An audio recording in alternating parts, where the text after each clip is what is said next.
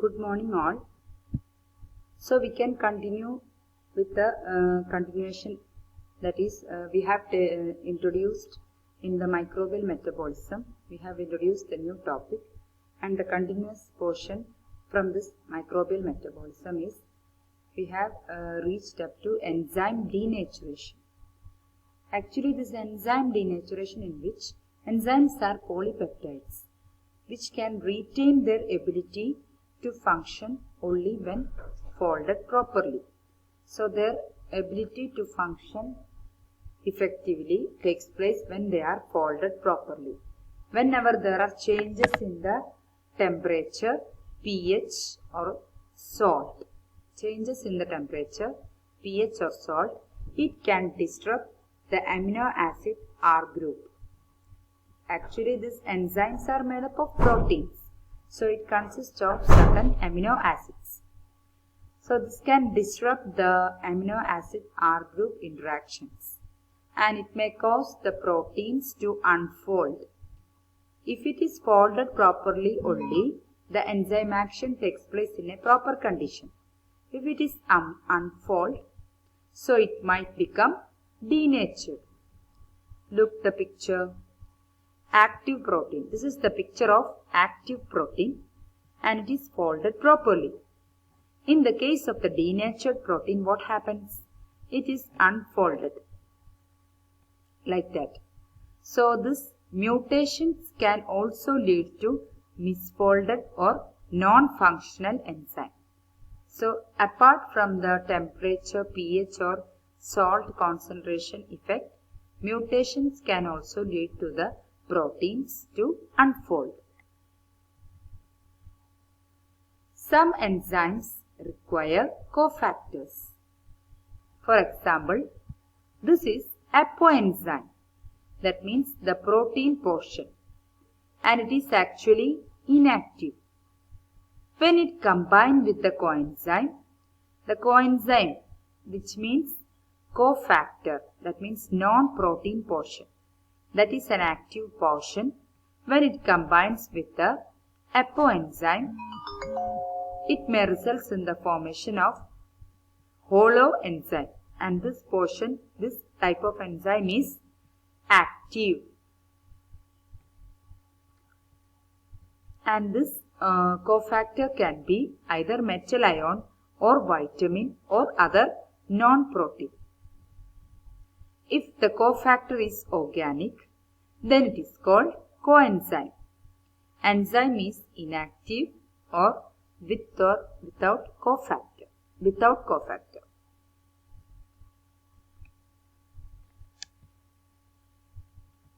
Next is about enzyme inhibition. Actually, the substrate which may bind within the active site of the enzyme, that is the normal binding. In the case of the competitive inhibition, what happens? Action of the both the substrate and the competitive inhibitor. This yellow color is the competitive inhibitor, red color is the normal substrate. It may compete for the active site of the enzyme. So what happens? This may result in the competitive inhibition. That is a type of enzyme inhibition. So that enzymatic activity gets inhibited, because only the enzyme activity gets active when the substrate binds to the active site. If the substrate is not binding because of the competition of this inhibitor, then substrate can't bind. So this may result in decreased enzyme activity. The next is another one is altered active site.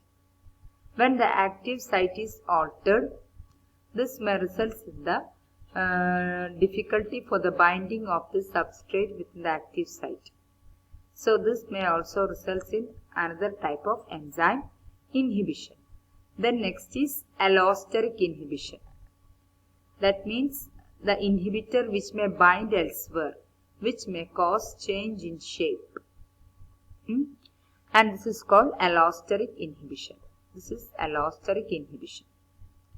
Inhibitors can bind reversibly or irreversibly. sometimes reversible inhibitors, when they are removed, the activity becomes normal.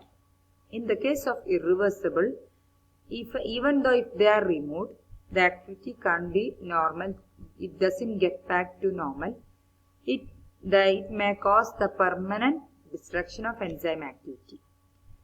For example, poisons.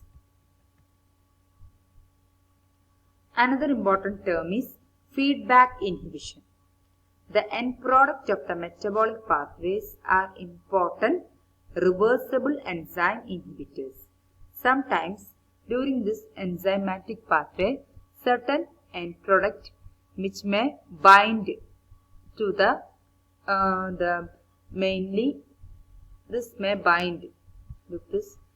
end product may act as a inhibitor which may bind to the substrate. So this may cause the inhibiting the enzyme activity. That is, it inhibits first enzyme in the pathway, turning the pathway off. That means this is the end product. Sometimes this end product which may bind to the first enzyme in the pathway. So whenever this end product bind to the first enzyme in the pathway, whole enzymatic activity get off. So these are feedback inhibition.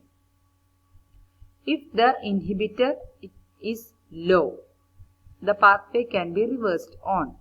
If the inhibitor is high, the pathway is off. So this can be either competitive or allosteric inhibition, and this may provide important way of regulating end product levels. So that's all about the microbial metabolism. So not microbial metabolism, the oxidation reduction reaction. It includes both catabolic and anabolic reactions and a group of enzymes. And we have discussed the enzymes, different activity of the enzyme, different types of inhibition. All of them we have described in brief. No detailed explanation. If you want to study in detail, you can refer the textbooks of biochemistry, Leninger, Harper, etc. and also Vasudevan. You can refer this text for the detailed explanation of the enzyme activity, enzyme inhibition, etc. Thank you.